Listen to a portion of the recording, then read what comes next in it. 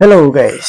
ৰবিন ব্লকে আন এটি নতুন ভিডিঅ লৈ আপোনালোকৰ মাজত আকৌ আহিছো আপোনালোকে শেষলৈকে চাব আৰু যিসকলে আজি প্ৰথম আহিছে তেওঁলোকে প্ৰথমে সাবস্ক্ৰাইব কৰি লওক তাৰপিছত শেষলৈকে চাব আৰু শেষলৈকে চালে আপোনালোকে গম পাব যে আজিৰ ভিডিঅ মই কিহৰ ওপৰত প্ৰস্তুত কৰিছো বা আজিৰ ভিডিঅৰ বিষয়বস্তু কি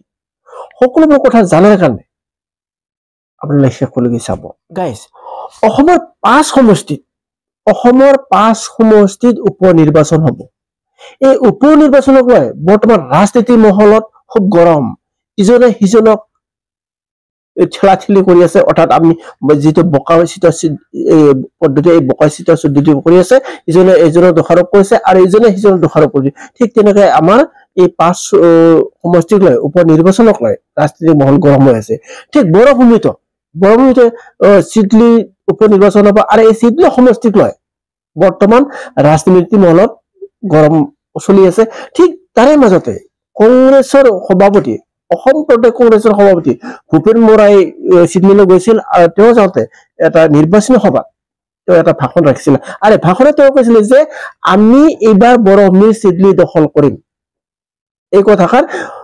অসম প্ৰদেশ কংগ্ৰেছৰ সভাপতি ভূপেন বৰাই কৈছিল যে আমি চিডনী দখল কৰিম তেওঁৰ কথাখিনি শুনাৰ পিছত বিটিআৰৰ চিফ প্ৰমোদ বৰায়ে তেওঁৰ প্ৰতিক্ৰিয়া ব্যক্ত কৰিছে তেওঁ প্ৰতিক্ৰিয়া ব্যক্ত কৰি কৈছে যে বৰভূমিত দখল কৰিব আহিলে বৰ ৰাইজে দখল কৰিব নিদিয়ে আৰু কোনো মানুহে কাৰো দখলৰ তলত থাকিব নিবিচাৰে গতিকে তেওঁৰ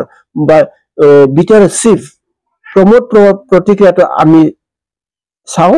তেওঁ কেনেকৈ প্ৰতিক্ৰিয়া কৰিছিলে আৰু তেওঁ কি তাৰে লগতে কি কৈছিলে আৰু তাৰ মাজতে যে আমাৰ 2025ত বৰভূমিত পৰিষদীয় নিৰ্বাচন আহি আছে এই পৰিষদীয় নিৰ্বাচনক লৈ আমাৰ বৰ দুই প্ৰধান ৰাজনীতি দল এই ৰাজনীতি দলৰ মাজত একত্ৰিত লৈ বহু আলোচনা বিলোচনা চলি আছে যিদৰে এতিয়ালৈ সফল হ'ব পৰা নাই আৰু কিহৰ বাবে সফল হ'ব পৰা নাই তাৰে কিছু অংশ মই আপোনালোকক লৈছো আপোনালোকে চাব তেন্তে আপোনালোকে চাব আৰু গোটেইখিনি যে ভূপেন বৰাই কি ক'লে ভূপেন বৰাই কোৱাৰ পিছত প্ৰতিক্ৰিয়া কি হ'ল আৰু বৰভূমিত কিয় দুই দলে একত্ৰিত হ'ব পৰা নাই যদি বৰভূমিত দুই দল ইউপিপিএল আৰু বিপিএফ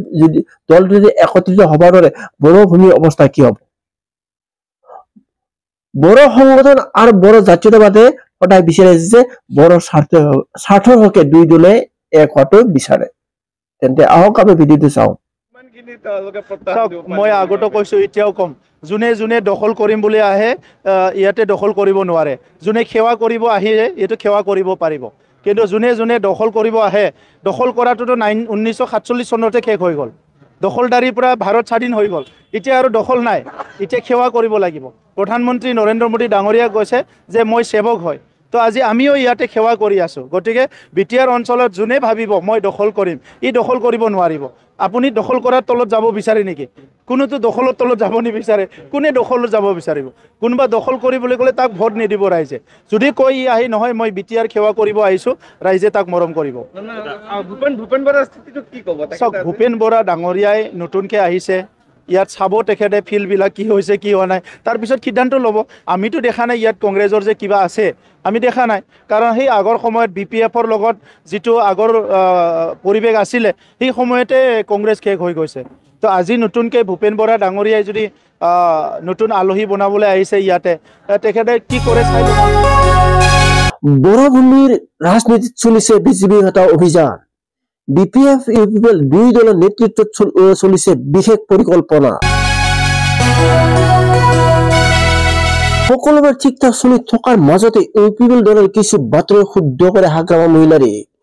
বাতৰি প্ৰচাৰ চলাৰ পিছতে শুদ্ধ হৈ হাগ্ৰামা মহিলাৰীয়ে কয় 2025ত অকলে চৰকাৰ গঠনৰ বাবে সক্ষম আছে বিপিএফ দল 2025ত বিজেপি দলে অকলে বিটিআৰত নিৰ্বাচন খেলিম বুলি কোৱাৰ পিছতে দুই বৈৰী দল একত্ৰিত হোৱাৰ বাবে আলোচনা চলি আছে দুই দলৰ উদ্দেশ্য এটাই বৰভূমিৰ পৰা বিজেপিক বিদায় দিয়া বিপিএফ প্ৰধান হাগ্ৰামা মহিলাৰীয়ে নিজ মুখে স্বীকাৰ কৰে বিটিসি পৰা বিপিএফ আৰু ইউপিপিএল লগ লাগি বিজেপিক কেনেকৈ আউট কৰিব পাৰে সেইটো বিষয় লৈহে আলোচনা কৰিছে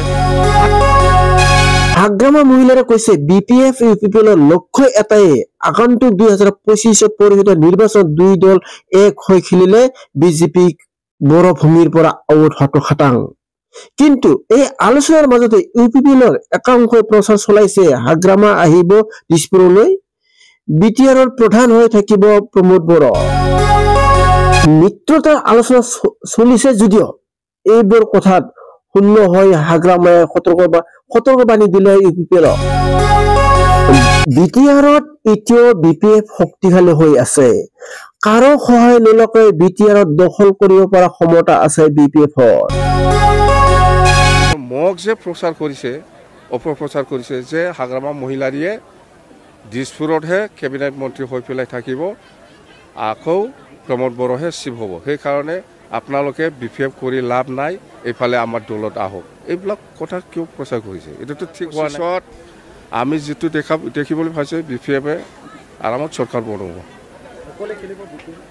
BPFটো অকলে খেলিব